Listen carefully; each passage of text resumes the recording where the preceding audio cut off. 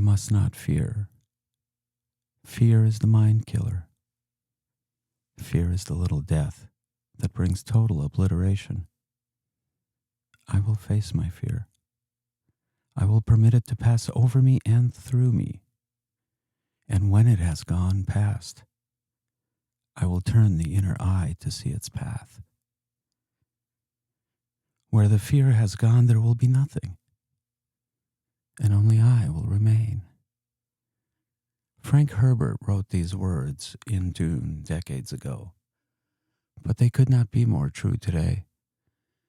And while it's easy to give in to fear, especially with everything going on in the news today, Iran, Gaza, today we will discuss how to move from fear into freedom from a tantric perspective.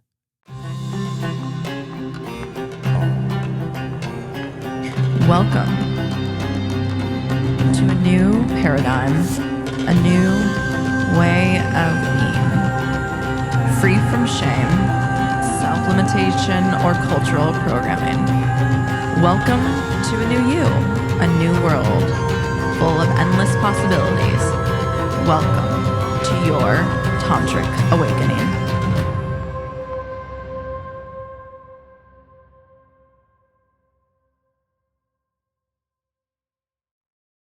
Welcome to the Tantric Awakening podcast. My name is Andre Knight. And I'm Kendall. And today we're discussing how to move from fear into freedom from a tantric perspective. So I thought we'd begin with the definition of fear. You know me, I'm a word guy. I like to look things up. So fear is a noun. It can be used also as a verb. But as a noun, it's described as an unpleasant emotion caused by the belief that someone or something is dangerous, likely to cause pain, or a threat. Now, fear protects us, but fear can also limit us. Yeah, I mean, fear has definitely been part of my life. I think for so many people, fears come up. Fears have been identified. I know there's anything from fear of, I know a big one is fear of death, or fear of change is a huge one. Fear is definitely an initiation, and it's definitely part of the human experience. And I'll be honest in saying it's evolved since I've come to understand it, not only from an innocent young girl that felt fear around certain things, and then that even translating into fears that I would experience even in my adult life. So depending on how much knowledge I've had around fear, kind of has helped me understand and have some self-love and self-compassion for what fear really is, especially from like a biology perspective. So, Well, it's interesting, you know, even more than death, the number one fear is actually public speaking. Death is number two. That seems to be a big one, but I'm curious, biologically. From what I've researched from, her name's Dr. 𝗿𝗂𝗎𝗄, and she actually is a biopsychologist and an expert in fear research. So I was like, well, I'm going to go lean into what she says about it. But it's really interesting because I know for me on my personal journey, especially in the last, I would say, year on and off, but I've really been curious about the journey of biohacking and what does that mean for me, because I'll be the first to say that like I've been consumed by fear in my life in certain moments, and I've also suppressed a lot of emotion because of needing to survive, right? The survival aspect of life. So yeah, what I've learned from this doctor and just understanding the biology of fear is that truly it is a natural response. It's very human. And I love what you said at the beginning of the podcast of just allowing fear to roll over you, and just being able to not necessarily wish it away, but allow it to move through you. And so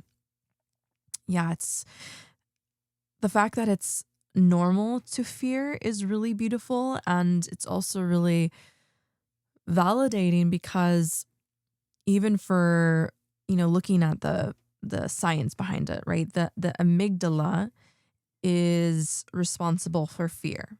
So it's fear is the main emotion that the amygdala actually generates and is known to control. And so I feel like it's very important to acknowledge the science behind that, and just acknowledging when we go into like a fight or flight response, our amygdala is really at the forefront, right? Well, Yeah. your entire body chemistry starts to change. Mm-hmm. It's not Yeah. just an emotion. It's not just like a change in the frequency of the electrical current in your nervous Yeah. system. Literally, your body starts to change chemically. Yeah.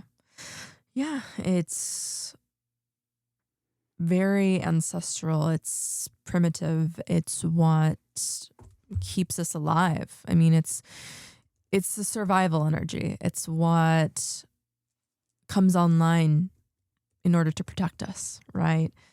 And yet it's also, when the amygdala is overfiring, it also can impact the ability to be creative, which is really interesting.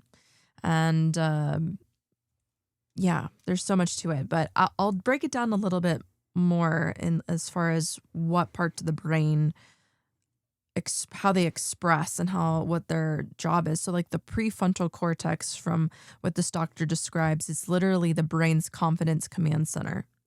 And the amygdala is the part of the brain that creates a sense of self-trust.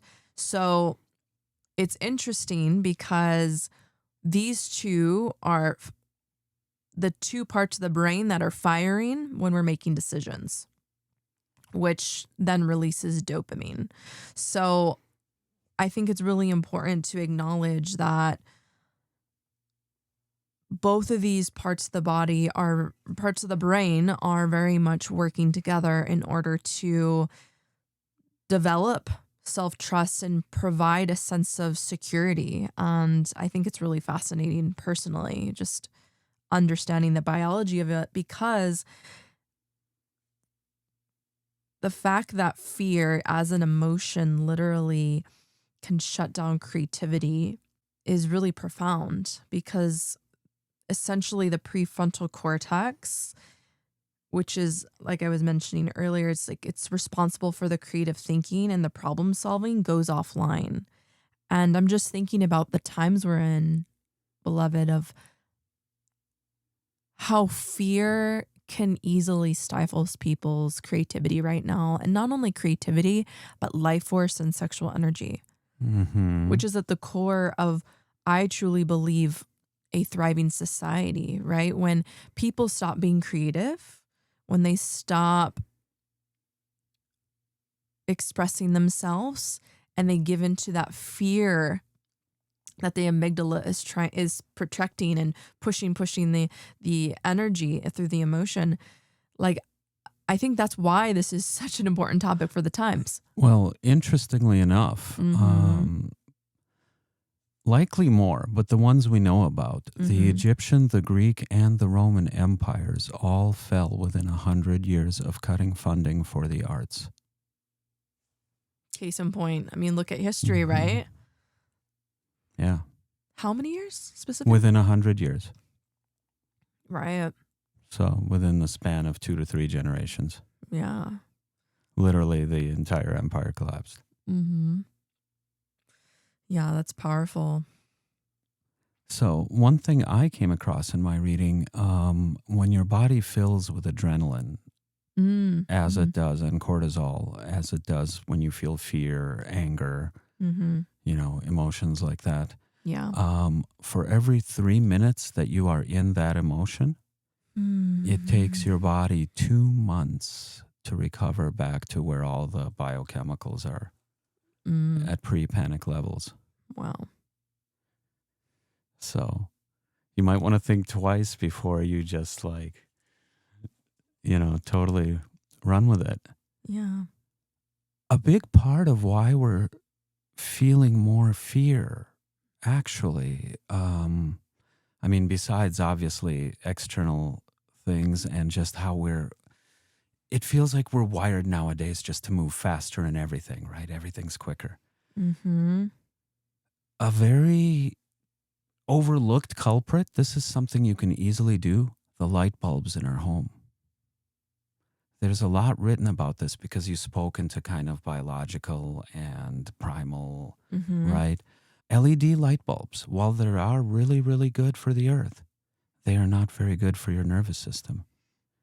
They're actually not on constantly, they're flickering. And if you set your phone to slow motion and walk around your house and film it, you'll actually see the flickering. It's too fast for your eye to see, but a camera on slow motion will pick it up. Now, you may not see it consciously, but it's acting on your nervous system. Coupled with that, LEDs are more in the blue-white spectrum than they are in like the yellow-amber spectrum. Mm-hmm.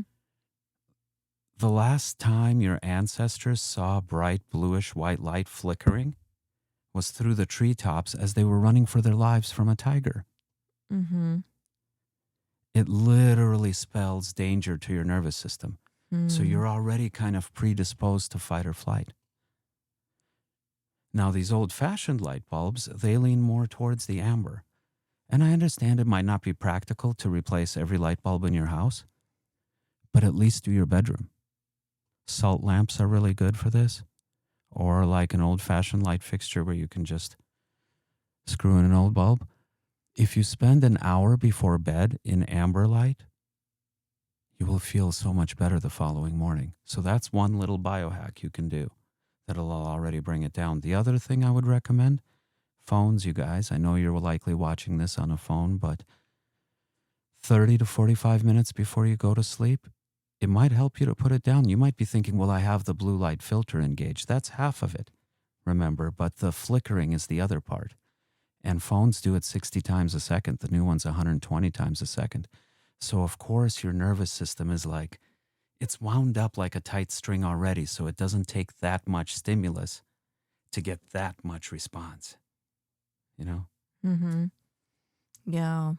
Yeah, those are great ways to attune your body to essentially go into like a parasympathetic state where you're like your environment definitely can impact what state the nervous system is going to be in. And I think that's a way you can take your power back because you truly can make decisions that are in your control, right? You can control when you're on your phone, you can control the lighting and you can make adjustments accordingly. So I think those are great ways to approach just nervous system regulation in relationship to fear. And I think that's pretty wild to just know. I haven't looked that up myself, but I think that's really interesting to know how long it could take for cortisol to really detox from the body. And I think that's really important awareness. And it's just also like, again, that self-compassion, the compassion to acknowledge, when you do go through a fight response and you do have that flood of adrenaline, like I know I have experienced my fair share of experiences around that.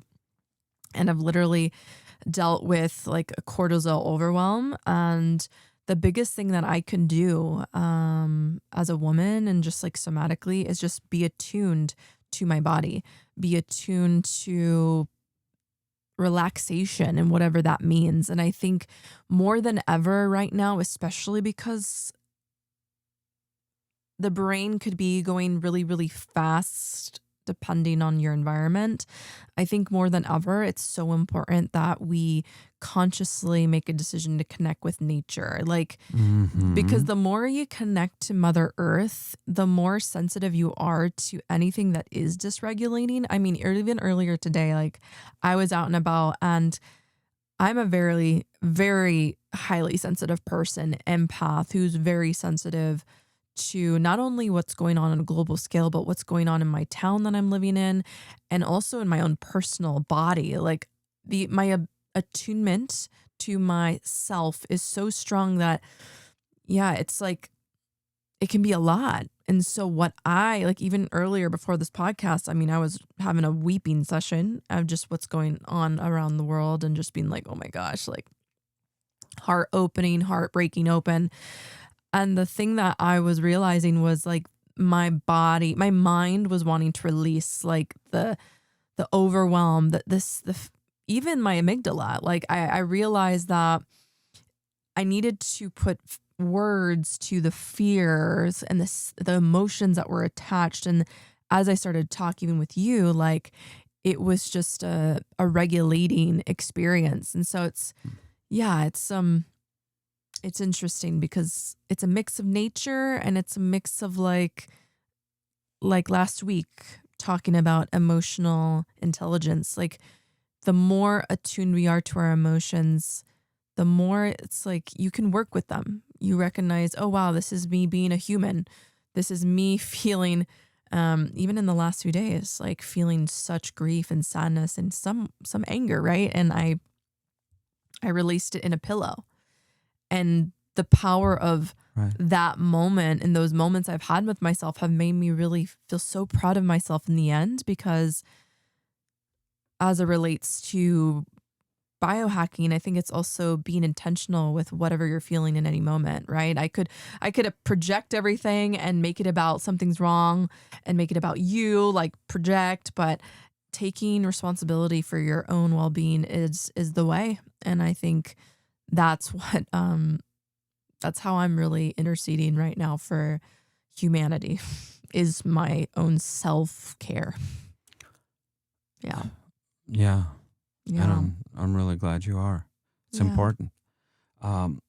Something I wanted to add to that. I remember recently reading a statistic that women feel fear much more often than men, or for a longer part of the waking day.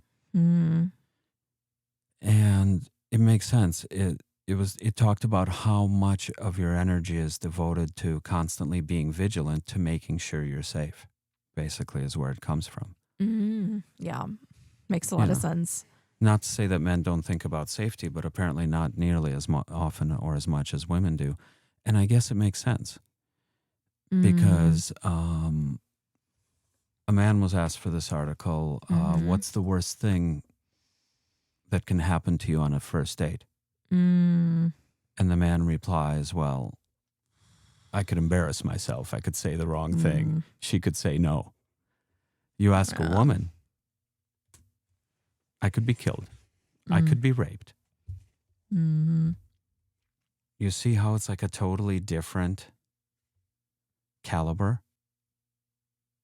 I guess I wonder, like, have you run across that yourself, your perspective as a woman hearing some of those statistics? And what can we maybe do in a society to just help people feel safer? I mean, I get it. I mean, we live in a culture right now where we're not seeing the divine masculine on a global scale. I mean, the divine feminine, the feminine that's awake, the feminine that's in her power, the queens. Like there's an abundance of queens. And a lot of queens are in the shadows that are not standing up and speaking out because of the witch wound and having not dealt with that. Right. Well, that's where I was going to go with this. You read my mind. Yeah. So it's like,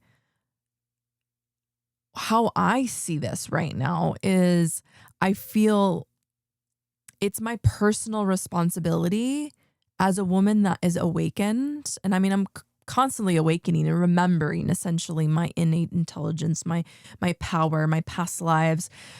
But because I'm connected, when I mention awake, I mean connected to my heart, because that part of me is so alive and so deeply rooted in the fact that I'm a soul in a human body, that I am an old soul, that I've come here with a purpose. Like, there is no other option, beloved, right now than to just call out what is and the why, the why of why women need to be rising up right now. And not only that, because how I see it right now is there's toxic masculinity leading, for example, the White House right now.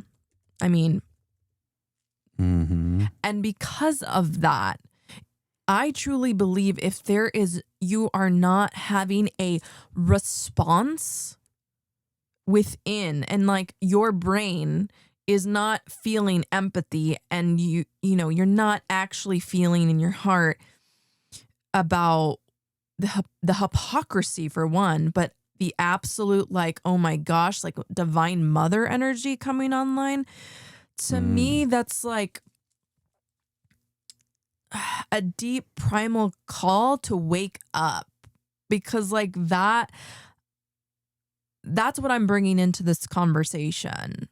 I'm bringing in the reality that like there's no kings leading. I mean, we just had no King's Day, and it's like there's a reason why the people are rising up, and it's not only that, but like,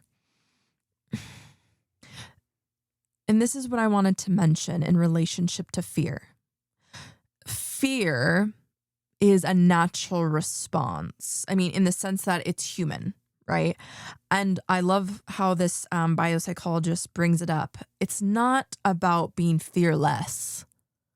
It's about embracing your fear. There's a difference. And I know I've been told this, like, be fearless, and I've thought this before. Yet to embrace fear is a huge reframe in this time, because this is something if I'm thinking like divine mother and like the protector, it's like, okay. Fear is, because it's a natural human response and because your amygdala is here to protect you. What if you could reframe your fear as essentially acknowledging that you are ready, you're on the threshold to step into your next level? How I see it, and I learned this in camp. I worked at a camp out of college back in 2015 as a coach, and I was doing dance coaching for high school students, or it was middle school, high school. And the framework that I taught was, there are 3 zones. There's your comfort zone, there's your stress zone, and then there's your panic zone. And the in between, the transition, is the threshold. It's where you meet your fear. It's where the amygdala comes online. And so what I invite everyone who's listening to really lean to is just to acknowledge, if you've been in the comfort zone in any area of your life, I think the universe has a way to bring things up in our world, whether it's externally or internally, so that we are challenged to evolve. The biggest, and I would love to hear your thoughts on this, beloved, the moments where society has evolved in their consciousness has been from major turning of events. And I feel like right now, like why we're having this conversation, fear to courage, is because we're seeing a huge, like, people are waking up, people are recognizing like fear in themselves. They're looking outside themselves and being like, oh my gosh. And I just feel like people are primed. We are primed more than ever to evolve and become more connected to the heart, and to allow ourselves to be our leaders of our life, right? Because I truly believe the most powerful leaders are the ones that are even able to acknowledge their fear. I don't know about you, but like, and I'll say this up front, like, I've had my fair share of fears come up through this time, and just acknowledging like, oh, why is this coming up? And yeah, just makes it all more real, right? Well, I think the part you wanted me to comment on was the steps of evolution in society. Yes, yeah. And it is interesting because society and civilization, they don't just evolve, in a linear line. It's more like steps. Mm-hmm. So we kind of plateau with maybe a slight increase, and then there's a big jump. Mm-hmm. And then we plateau with a slight increase, and then there's another big jump. What they actually seem to coincide with is anytime a culture has discovered some new ethniogenic substance. So we're talking about psychedelics, you know, cannabis, psilocybin, ayahuasca. There's so many others. The old wisdom, the shaman, right? It seems like every time we introduce a substance, there's a big jump. Now, what is key is a lot of people who use psychedelics, you know, they vary in experience, but the one thing they all describe in common is a heart opening. Right? That sensation, the feeling, they feel the energy. Almost universal across most psychedelics and cultures and experiences that we know. So it speaks exactly to that. So, you know, that's just like the cause, but the effect is a heart opening. So I would say we have some historical backing for the idea that, every time there's been a new level of heart opening, civilization has very rapidly evolved right afterwards. I want to go back to the witch's wound. So first of all, you know, for those that aren't familiar with it, the witch's wound refers to the persecution of witches throughout history.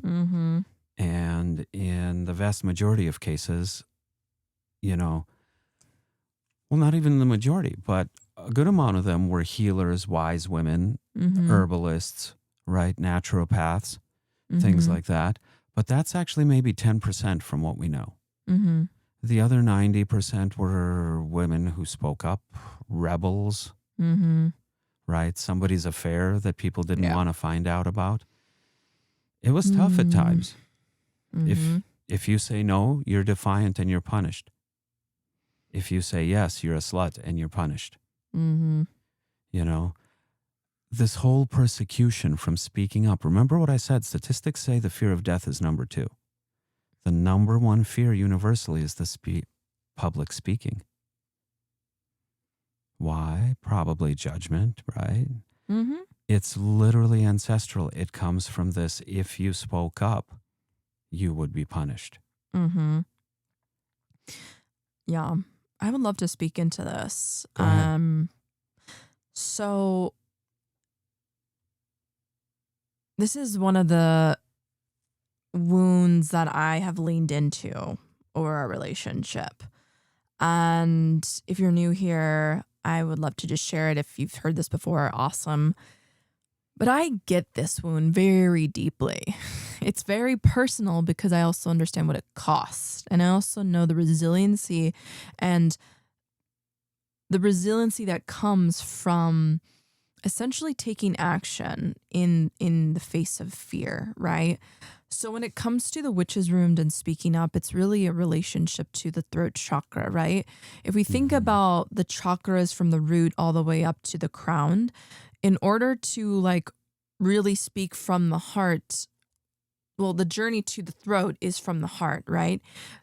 And what happens is when your heart gets blocked, right, from grief, sorrow, even just congestion down in the lower parts of the body, that's where we can essentially continue to perpetuate over generations this throat chakra block. And that throat chakra block can lead to a perpetuation of the witch's wound. And at the core of witchcraft, Interesting. And at the core of witchcraft is truly, again, the connection to earth. Witches are connected to earth, and they're not just connected to earth. They can be very much connected to different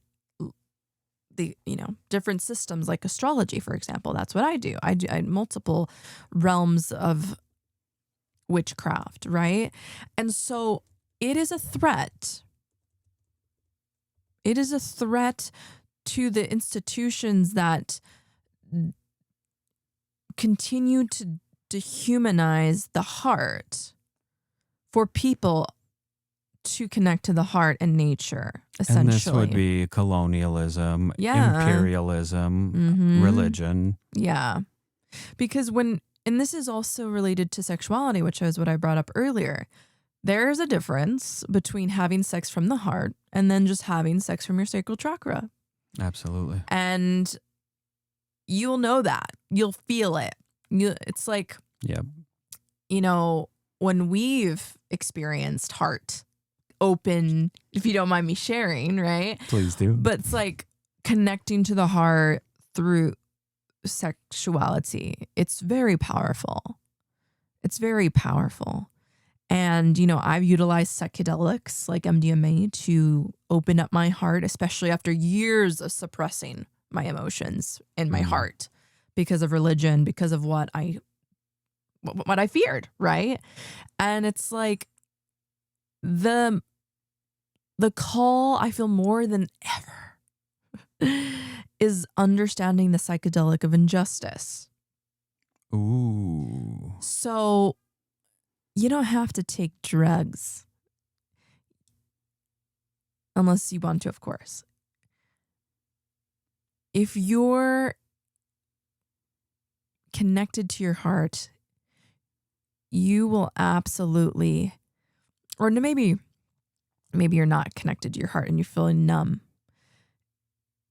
Injustice is a catalyst. And right now, more than ever, can be your awakening, your catalyst to remember why you're here.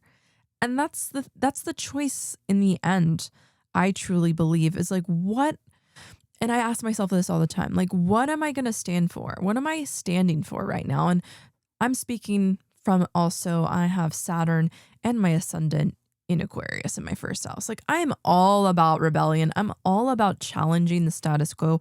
I'm all about standing up for rights. Like, I totally understand why Jesus was Jesus, right?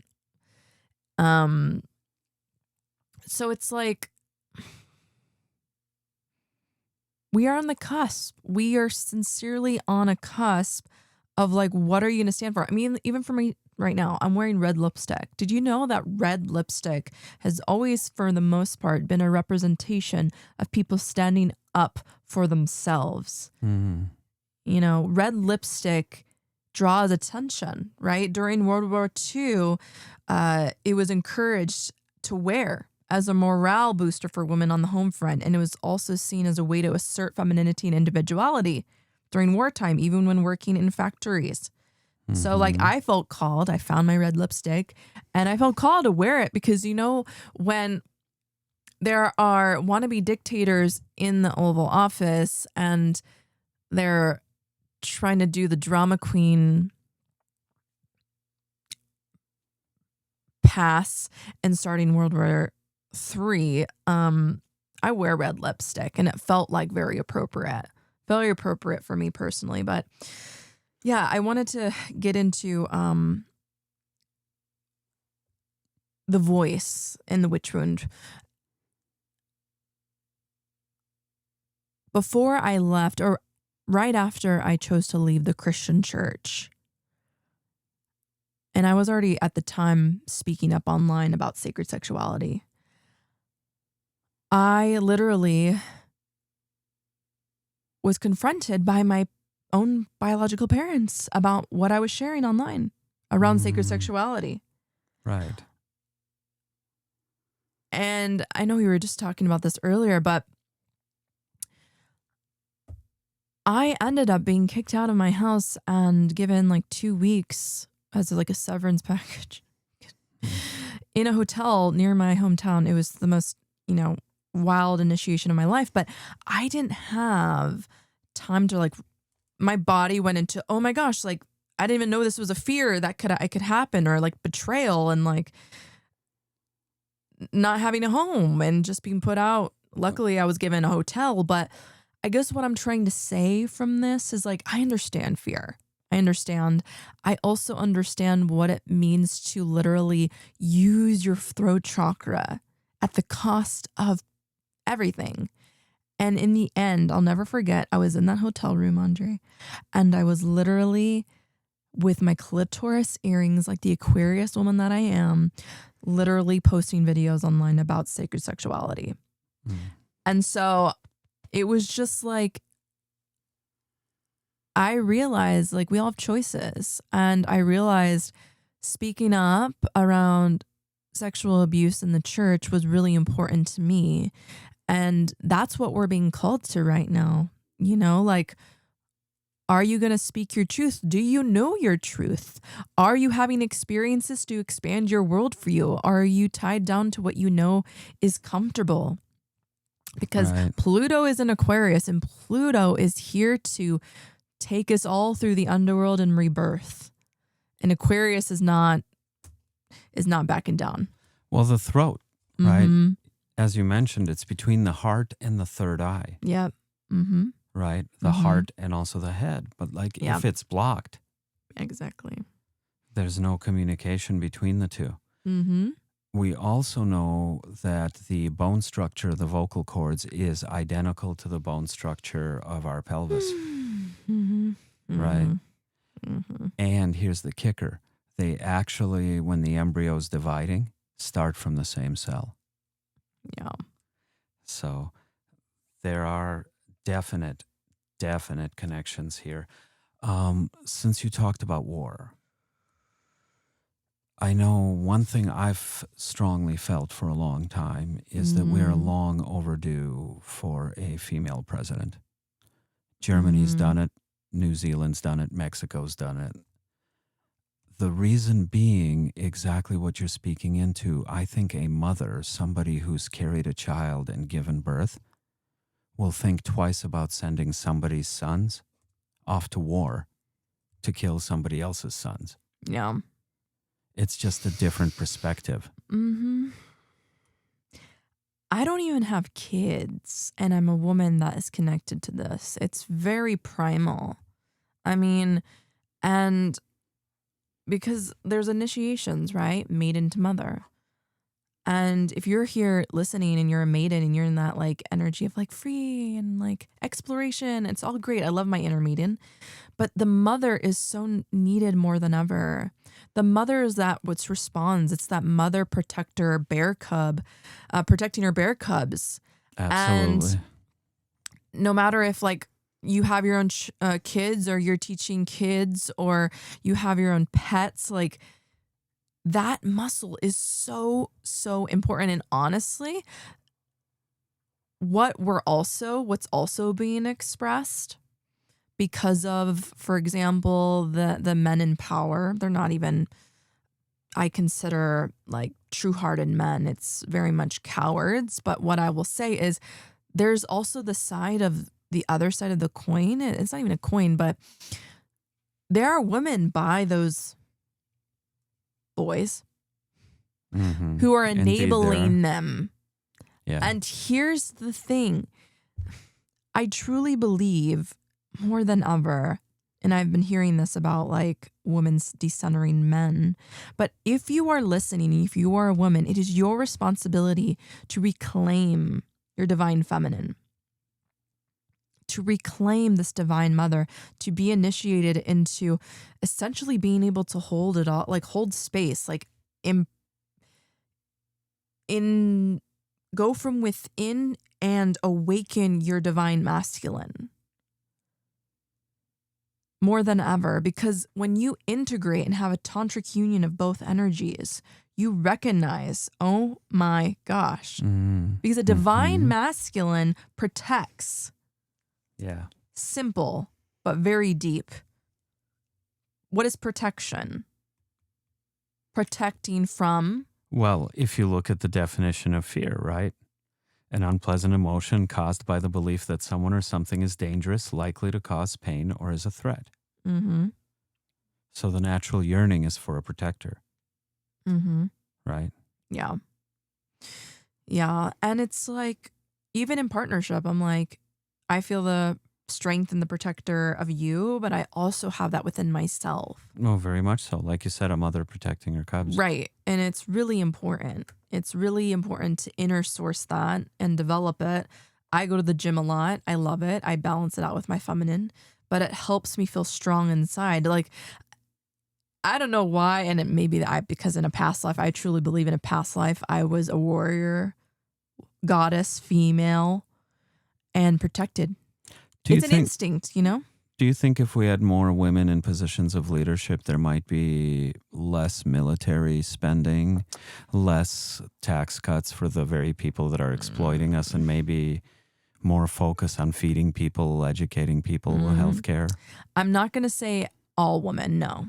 Of course. But for the woman that has done the inner work, is very doing it, and she has matured, and she's not reactive, and she's not letting her inner little girl lead the ship, and she's integrated her adult brain and her inner child brain. Sure. Good point. Sometimes I feel like running for president.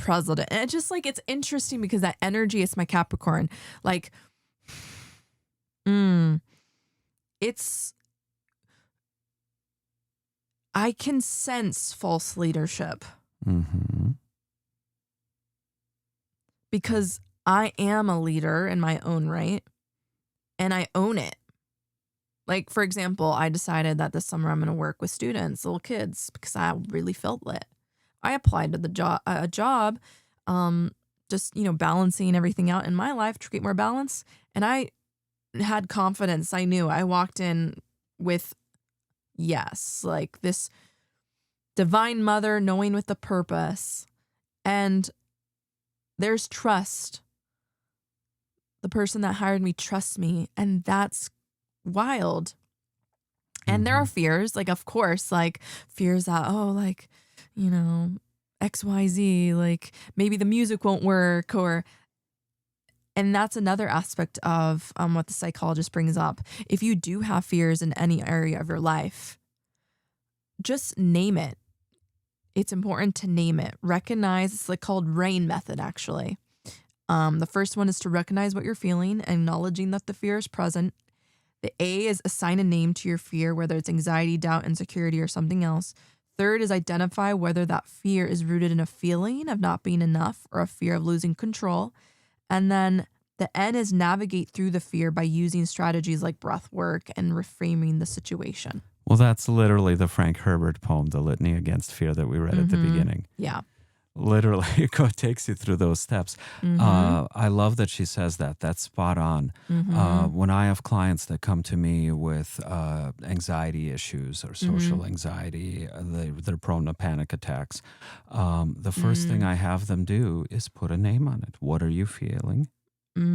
Where are you feeling it? Get out of the head, connect with the body, because oftentimes we feel fear in some area of our body. And then here's the kicker. And they almost never stay in this after this. That's certainly not for a prolonged period. Is that coming from outside of you? Like, do you have reason to think that? Did somebody say something to you? Did you see something? Is somebody running at you, looking menacing? Is there an external reason to be feeling this? Or is it an internal reason that you're feeling it?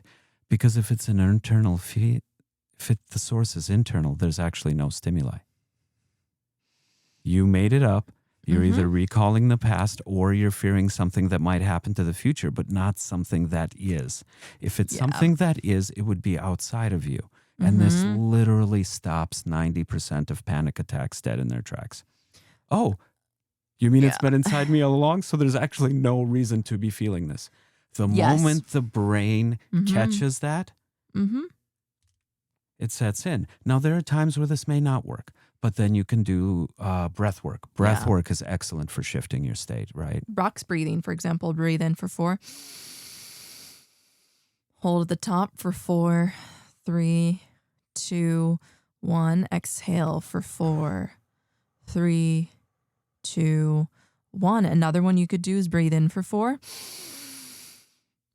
Hold at the top for 4, 3, 2, 1. Exhale for 8, 7, 6, 5, 4, 3, 2, 1. Another tool you can also use, do that multiple times. You can also ASMR. This is why I love it. It's just being able to remember that we're in control, that we get to tell ourselves we're going to be okay. Like, the reparenting. Love when you do that. So here's the thing. It's like, when we're talking about the Divine Mother, if it brings up a lot in you, especially in relationship to the Divine Feminine, a lot of the times people have undealt with mother and father wounds. And so the journey is truly to learn how to reparent yourself. And all of these, for example, ASMR is very much helpful, right? Well, that's why Helpful. it works, because it reminds you of your mother whispering to you when you're when you're sleeping on her as a baby. Or creating that experience for yourself. I mean, you literally can go online right now and just look up YouTube mother ASMR. And I mean, I have done it in a moment where I'm like, because I don't actively connect with my mother regularly. So it's like, this is how I've been learning to heal it. But yeah, it's very powerful when you do have the tools, because even, for example, when I was on my way to my job, like orientation, I was having a moment where I was like feeling some fear of like, oh, like, I don't know, like my brain. Anytime you start something new, sure. And my because I've done this and practiced this enough, I was driving and my body was like, but my mind body connection was just like, I can control my breath right now. So I was like breathing, doing what I just, led us through. And after, it was like, fine. And it just, you know what it is? And this is what this biopsychologist brings up. It's important in, the reality of like naming the fear. There's a distinguishing needed between fictional and factual fear. And she talks about factual is actually the fear that's rooted in immediate danger, like severe weather or health risk, right? And the difference between that is like fictional, that these are often like the stories we tell ourselves. Fear of failure, that's a huge one. It's a big one. Imposter syndrome. Worrying That's about when you think you're not good enough, right. And any moment you'll get caught and found out, right? Right. It's the brain creating the story to continue that energy that's moving through you. Like, for example, the last one I was going to say is like worrying about a hypothetical future event. I mean, I feel like that's what a lot of people are. It's most of the time, here again, when you're feeling fear, it's because your mind is slipped out of the present moment. You've either slipped into the past, that's usually regret. But sometimes we fear repeating the same mistake, for example. Yeah. Right? Or you've moved into the future, but very rarely where you're at is the present moment. So yeah, your mind kind of takes you. Yeah, it takes you in directions you might not always know where it's going, but we get to control the narrative. And that's Absolutely. a big part of what I've been learning through this as well. Is like, you're the director of your own life. You really are. You really are. It's interesting that you mentioned the fear of failure, because I actually just recently worked with a client on this. Yeah, I'd love to hear about it. Very accomplished person already, has done a lot in their lives. Yeah. And actually called me up and he said, I feel I'm playing small. Something is keeping me from going bigger. I know I should be doing bigger things, bigger projects, and I realize it's fear. I'm crippled by fear of failure. Yeah. And that surprised me, considering who this person is. But this is what I spoke to, that fear is, of course, a useful emotion. In certain situations, it can protect us, but it can also limit us. If you fear failure, what are you going to do? You're naturally going to attempt things that you know you can succeed in. You lower your bar. So what we did with this person is we did regression hypnotherapy, and we went back along their timelines, and I asked them, since it was specifically fear of failure, I asked them, when in your life were you introduced? When did the concept of failure first come into your consciousness? Wow. You see, so starting back all the way to when they were 3 in this case, every time, and it's not even their own failure, they had observed somebody failing. Oh, what if that could happen to me? Yep. And we went through their timeline and found all those a lot of your impressions are made between about like 3 to 5 years old. Your first memory might be somewhere around then for a majority of people. I had one person recall something in diapers once. Maybe not consciously. Psychologists will tell you can't recall that far back, but subconsciously when you're under hypnosis. And in each of those times, this is the cool thing.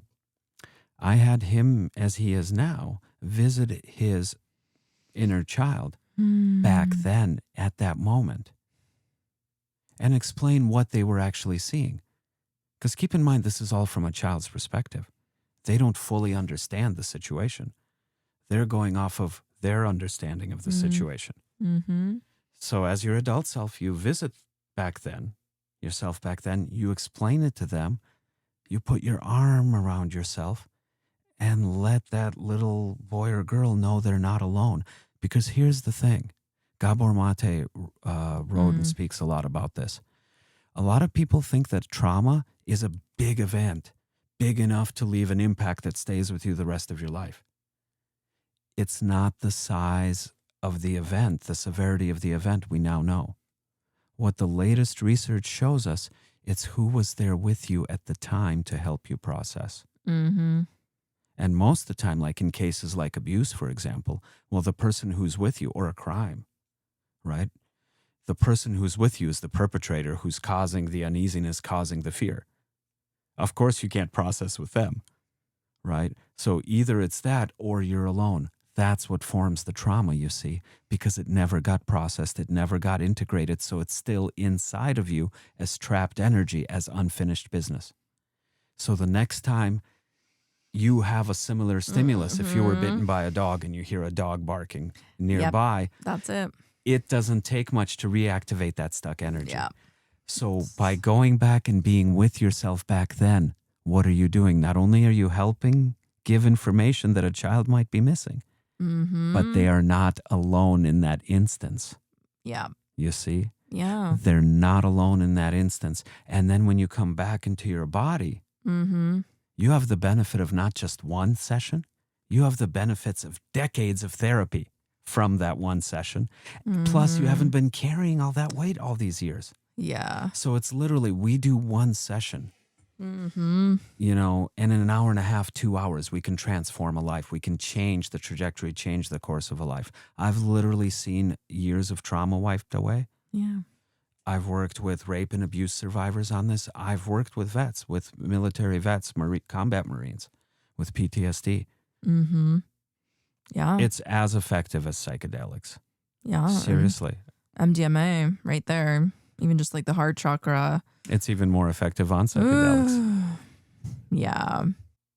It's really powerful understanding just the beauty of reparenting. And also, I would love to hear a little bit more. Can you expand a little bit more on how hypnotherapy is related to the subconscious? Because also Carl Jung talks about, unless you make the unconscious conscious, you'll call it fate. So it will continue to rule your life, and you will call it fate. So is that when you are doing a hypnotherapy session, are you basically guiding someone into their subconscious essentially so that they can rewire their brain essentially? Well, yes. Or okay. This is why it's so powerful. So most of our thoughts are subconscious. We know from brain scans only 5% of brain activity is conscious. Most of it's going on without your being aware of it. You don't have to think to make your heart beat. Most of the time, unless you're doing breath work, you're not thinking about your breath. Hormone balancing. There's all these processes, cell regeneration going on in your life that don't require your conscious attention. Most of the time, the subconscious is quiet and the conscious is really loud. What we do on hypnosis, it's not like the movies, okay? You're not going to walk around and cluck like a chicken. You're aware, you're there, you're present. It's like a guided meditation. Okay? It just helps you relax. But at a certain state of relaxation, okay, right at the lower theta states, what happens is basically your conscious mind quiets down. It's the same place that psychedelics take you. It's the same place that deep meditation will take you. Okay? The conscious mind quiets, and the subconscious, you become more aware of it. So imagine like the last street musician you passed on the street. You might recall the street. You might recall what the weather was like that day. Mm-hmm. You might even recall what song they were playing or loosely what it sounded like if it was a fast song, slow song. I bet you can't remember what color their shoes were. I bet you can't remember if they were collecting money in a hat or a glass. Mm-hmm. But your subconscious mind does. Every detail of everything that's ever been in front of you is recorded. The problem is not the recording, the problem is the accessing. So that's what allows us to travel back in time, even to things you may not consciously remember. Everybody thinks they know what they're going to talk about in hypnosis, but they always end up talking about something else. Why can't somebody access that? It's not what you were paying attention. Your brain didn't record it as important. So through a guide, for example, you can guide them kind of essentially how I feel it they guide themselves actually. Into the underworld, basically. I steer a little bit, but what needs to come up is what needs to come up. Whatever's causing your trauma, your subconscious is well aware of, believe me. Right. So we literally ask. In this case, we asked, when was I first exposed to failure? Next question was, why did I develop a fear of this? What is it am I really fearing? You said, name your fear. In this case, it was embarrassment. This person grew up constantly being sneered at and made fun of by their peers. You see? It was fear of failure, fear of embarrassment. Remember what I said? The unpleasant emotion of, yeah.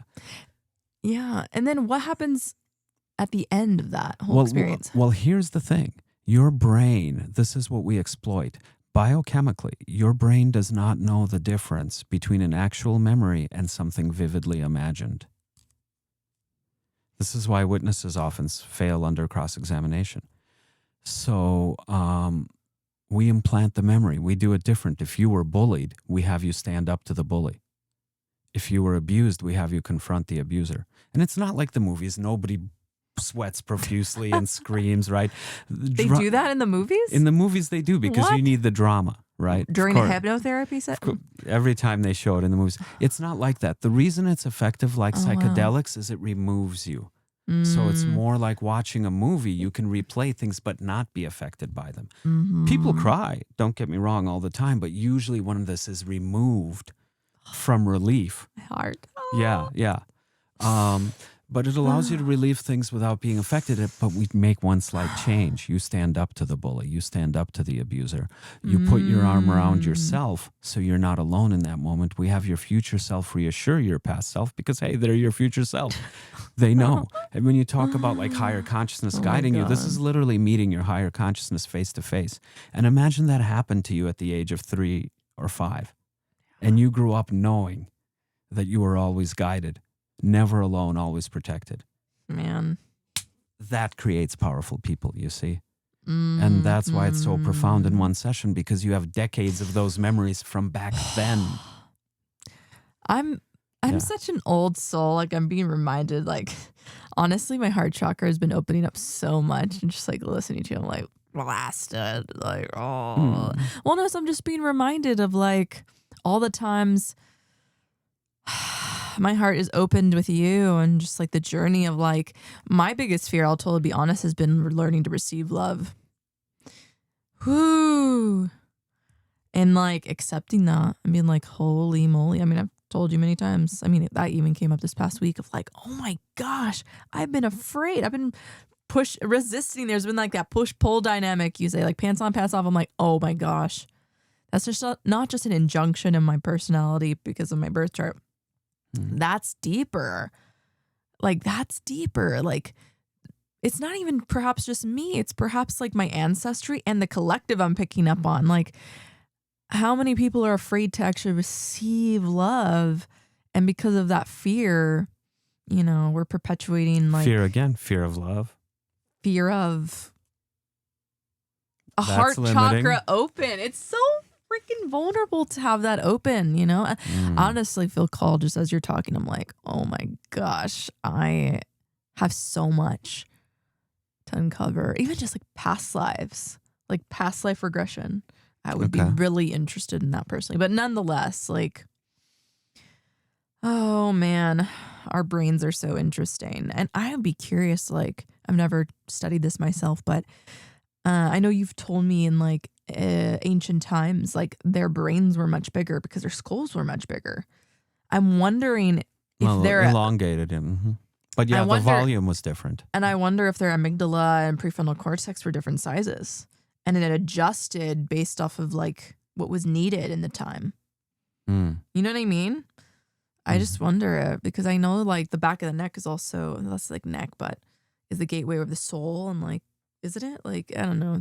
There's a divinity. We're not on this plane just primarily on Earth, where we get to access other planes, but oh yeah, you know. Well, that's what a lot of these higher chakras are for, and there's actually 2 minor chakras. Yes, above and below the third eye. And the way you find them, feeling buzzing. The way you find them, I have this posted on my Instagram actually. Yeah. But if you like put your finger on the dimple in the middle of your neck, it's like, and you follow it up to the base of your skull, there's like a little right that point at the base of your skull. I know that point. Okay, so this is one. If you meditate and you breathe in and out of this spot, if you like imagine breath or light moving back and forth through this spot. This is how you astral project. This is how you travel to different places in space. And actually Taoist in ancient China, Taoist teachings teach us if you meditate on this spot upon death, you will have a painless death and a smooth transition. Like this is literally how the soul enters and leaves the body. And that's a release of cultures. Release of DMT as well, correct? That's your third eye. So both are going to happen. That's the pineal gland, right? That's the pineal gland, which is between the temples and between this point and where we usually draw the dot. Symbolized by the comb. If you imagine a line like this and you imagine a line like this, it's where they cross. It's in the middle of your head. So this is slightly below, right? And now if you trace up, straight up your skull, you'll hit another flat part with a dimple about 2/3 of the way up, right before it curves to go forward. Find that? So this is the other one. If this one moves you through space in meditation, this one moves you through time. Cool. Meditate on this spot and breathe light in and out of it if you want to recall your past lives. Definitely. Or if you want to have visions of the future, psychics and clairvoyants often access this point. Yeah. So this is why the third eye in ancient literature is drawn like a vertical eye. Kind of resembles a yoni. But it's because they're not drawing one chakra, they're drawing actually 3 chakras. So the glow creates more of an oval than a circle. Wow. Yeah, kind of cool, huh? My goodness. So there you have it, Fear to Freedom, a tantric perspective. And guys, if we've piqued your interest with the hypnotherapy, you want to find out more about it, you can visit www.𝗧𝘁𝗍𝗄𝗎𝑠ession.com. 𝗧𝘁𝗍𝗄𝗎session.com. And that comes from the Rumi quote, set your soul on fire and seek others who fan your flames. So we'd love to be some of the people who help fan your flames.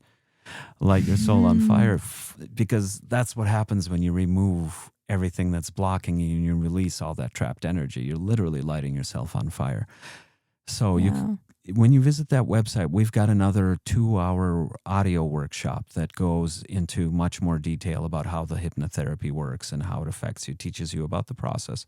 If you're curious about it, totally free workshop. You can find it at www.𝗧𝘁𝗍𝗄𝗎session.com.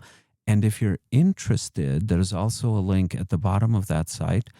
You can either book a discovery call if you want to find out if it's right for you, or if you're ready to jump in. Normally, I charge $5.55 for these sessions. They're kind of long.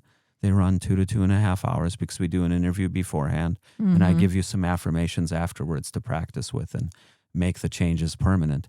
And there's a special just for you podcast listeners. You can get the entire session for $3.99. So big discount if you use the link on the website there at the bottom, and schedule a discovery call. Or if you just want to keep in touch, you can find Kendall on Instagram at @thetantricmystic_, and myself at Andre Night Awakening.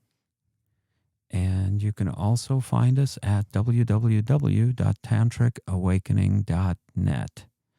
And there's a link there. You can sign up for our soon-to-be-launched Tantric social media network that goes much deeper into topics like this and doesn't have some of the censorship that we run into on some of the other platforms.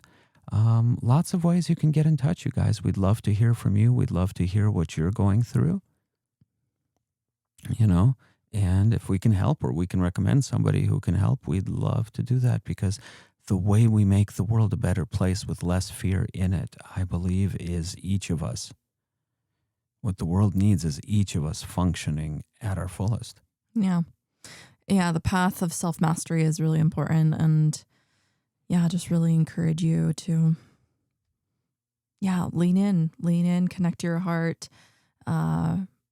be part of the conversation, be part of the solution, right? Find your own connection to your soul's path. Even you can go and reaching out to me personally on my page.